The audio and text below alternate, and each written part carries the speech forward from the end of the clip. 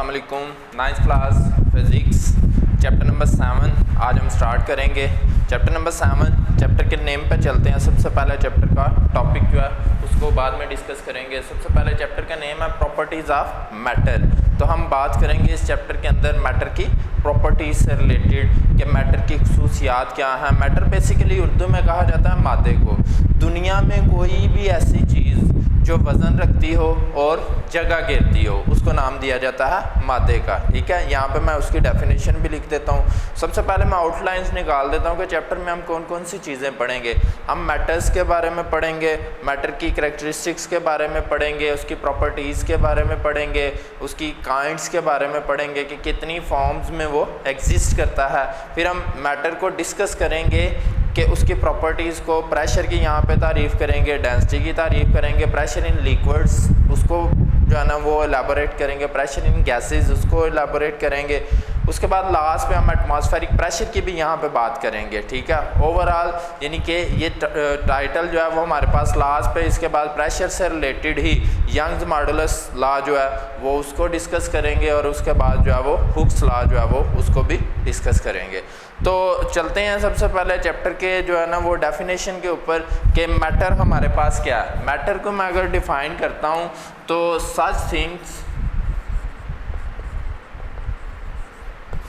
which has weight, ऐसी चीज़ जो वज़न रखती हो, and occupies space और जगह घेरती हो, उसको नाम दिया जाता है मैटर का।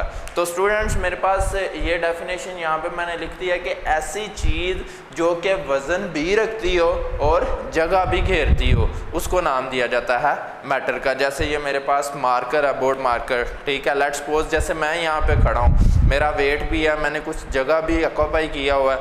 तो ये चीज़ जो है ना मतलब every kind in the universe, तो जो भी इस दुनिया में कोई भी चीज़ पाई जाती है जिसने वज़न जिसका होता है या जिसने जगह घेरी हो उसको मैटर का नाम दिया जाता है। अब चलते हैं स्टेट्स ऑफ मैटर्स की तरफ। मैटर्स की हालतें कितनी हैं हमारे पास। यहाँ पे सिलेबस के अंदर जो है वो स्टेट्स ऑफ मैटर जो है वो अभी तक हमने आपने छोटी क्लासेस में भी पढ़ा होगा। Solid, then liquid, then gas, ये आपने 3 स्टेट्स ऑफ मैटर जो हैं वो पढ़ी हैं। ठीक है, अभी एक नई जो है इसकी टेक्नोलॉजी जो है वो उसने नई इन्वेंट की है इसके अंदर जो है वो इसकी स्टेट। ठीक है, तो उसको नाम दिया गया प्लाज्मा का। न्यू तो नहीं है लेकिन काफ़ी पुरानी है। बहरहाल सिलेबस के अंदर इसको जो है ना वो इतना ज़्यादा जिद्दत जो है ना, क्योंकि अभी याद है कि अब 3-4 में जो क्लास में पढ़ाया जाता था वो इतना ही पढ़ाया जाता था जी कि मैटर मादा की सिर्फ 3 ही हालतें होती हैं, एक सॉलिड, एक लिक्विड, एक गैस। ठीक है, तो 9th-10th में आके इन चीज़ों को जो है ना वो और ज़्यादा सीक्वेंस बनाने के लिए या ज़्यादा एलाबोरेट करने के लिए यहाँ पे प्लाज्मा को जो है ना वो ऐड कर दिया जाता है। तो अभी छोटी क्लासेस में भी इसको ऐड कर दिया गया। ठीक है, तो मादा की टोटल कितनी है, 4 स्टेट्स हैं हमारे पास, 4 हालतें हैं। सबसे पहले बात करते हैं सॉलिड की, then liquid, then gas and then plasma. तो ये 3 चीज़ों को अगर मैं डिस्कस करता हूँ ना, तो सॉलिड की अगर मैं बात करता हूँ, ठीक है, तो इसकी मैं बात करूँगा कि ये फिक्स शेप रखते हैं, फिक्स वॉल्यूम है और स्ट्रॉन्ग इंटर मॉलिक्यूलर फोर्सेस हैं इसमें। ओके, मतलब एक तो इसमें फिक्स शेप होती है, इनकी फिक्स वॉल्यूम होता है और स्ट्रॉन्ग इंटरमॉलिक्यूलर फोर्सेस होती हैं among their particles, among their molecules. तो ये इसका हो गया सॉलिड से रिलेटेड।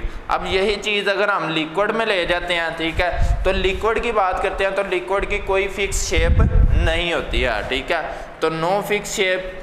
इसकी वजह क्या, रीज़न क्या, आप एक गिलास में पानी लो तो वो गिलास की शक्ल इख्तियार कर लेता है। जैसे बर्फ़ जमाई जाती है ना पानी को किसी बर्तन में डाल के, तो फ्रिज के अंदर जब हम रखते हैं तो वो जिस बर्तन में उसको रखा होता है वो उसी की शेप जो है वो उसको ले लेता है। तो यहाँ पे भी अगर मैं बात करूँगा तो ये कि इसकी कोई भी फिक्स शेप नहीं होती, लेकिन इसका वॉल्यूम जो है वो होता है। ठीक है, हैज़ वॉल्यूम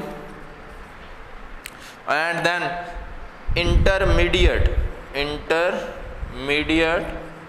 इंटरमॉलिक्यूलर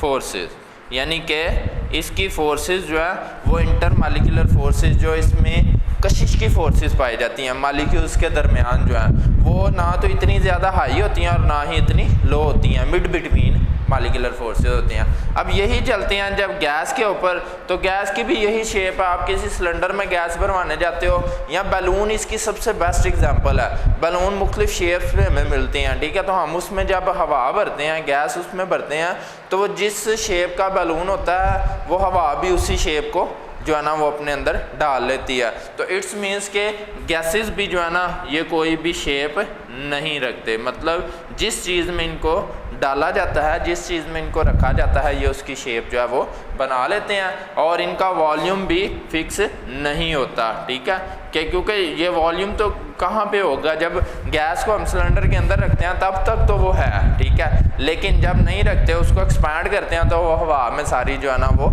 एवेल्यूएट हो जाती है, डिस्पर्स हो जाती है। और इसके अंदर जो इंटर मालिक्यूलर फोर्सेस हैं नहायत ही वीक होती हैं तो इसीलिए ये एक्सपैंड कर जाती हैं ना, ठीक है। तो इंटर मालिक्यूलर फोर्सेस जो है ना ये इसके अंदर वीक होती हैं। तो ये तीनों का कंपैरिजन है।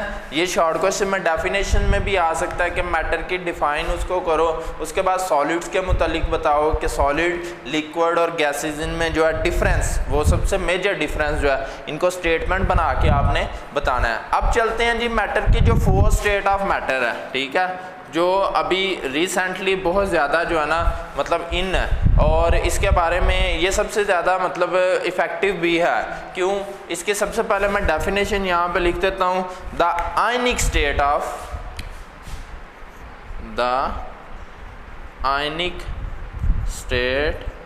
Of matter is called plasma. Matter की जो आयनिक स्टेट है, मादे की जो आयनी हालत है, ठीक है, the ionic state of molecule matter, उसको नाम दिया जाता है प्लाज्मा का।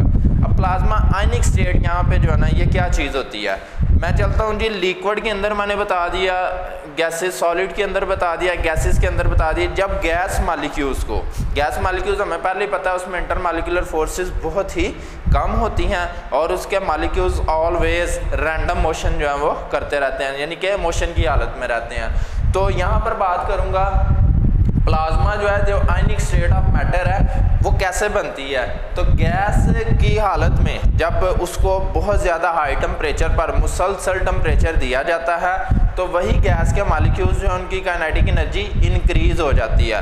काइनेटिक एनर्जी इंक्रीज़ होने की वजह से जो उसके गैस मालिक्यूल्स हैं उनके एटम्स जो है ना वो टूटने का शिकार बन जाते हैं, टूटना शुरू हो जाते हैं।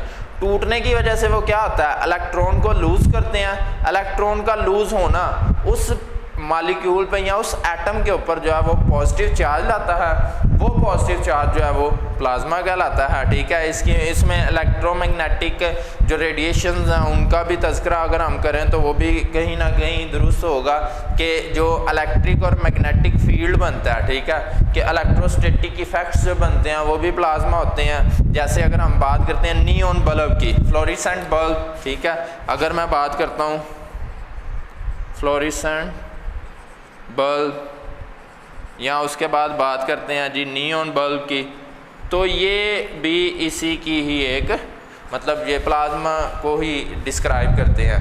तो ये चीज़ें होगी। इसके बाद हमारे पास इन ओवरऑल टॉपिक से रिलेटेड जो एक फाइनल आता है उसको कहा जाता है जी, एक शॉर्ट क्वेश्चन है कि postulates of kinetic molecular theory of gases.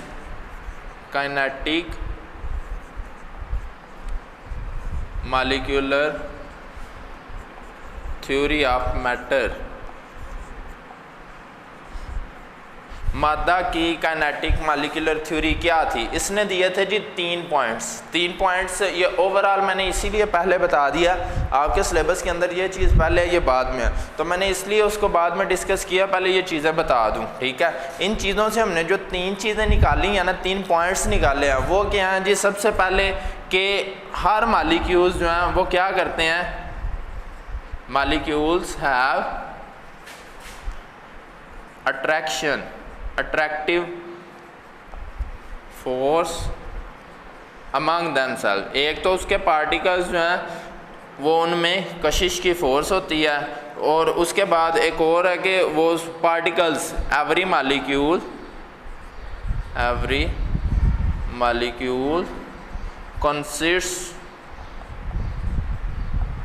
Of small particle. Every matter consists of, matter की अगर हम बात करते हैं या एटम की या मैटर की, every matter consists of small particles, उनको नाम देते हैं कॉल्ड मॉलिक्यूल्स।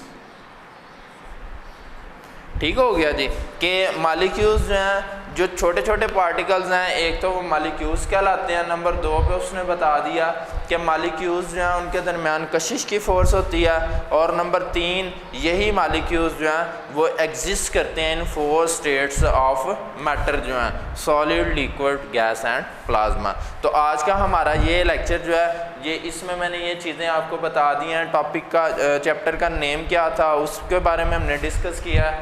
फिर चैप्टर के अंदर जो हम मैटर, उसके बारे में, फिर मैटर्स की स्टेट्स के, क्योंकि हम प्रॉपर्टीज़ पढ़ेंगे ना यहाँ पे मैटर की, तो इसी वजह से उसकी स्टेट्स के बारे में एलैबोरेट किया। तो ये सारी चीज़ें जो है ना वो आज आपका वाइंड अप हो जाता है।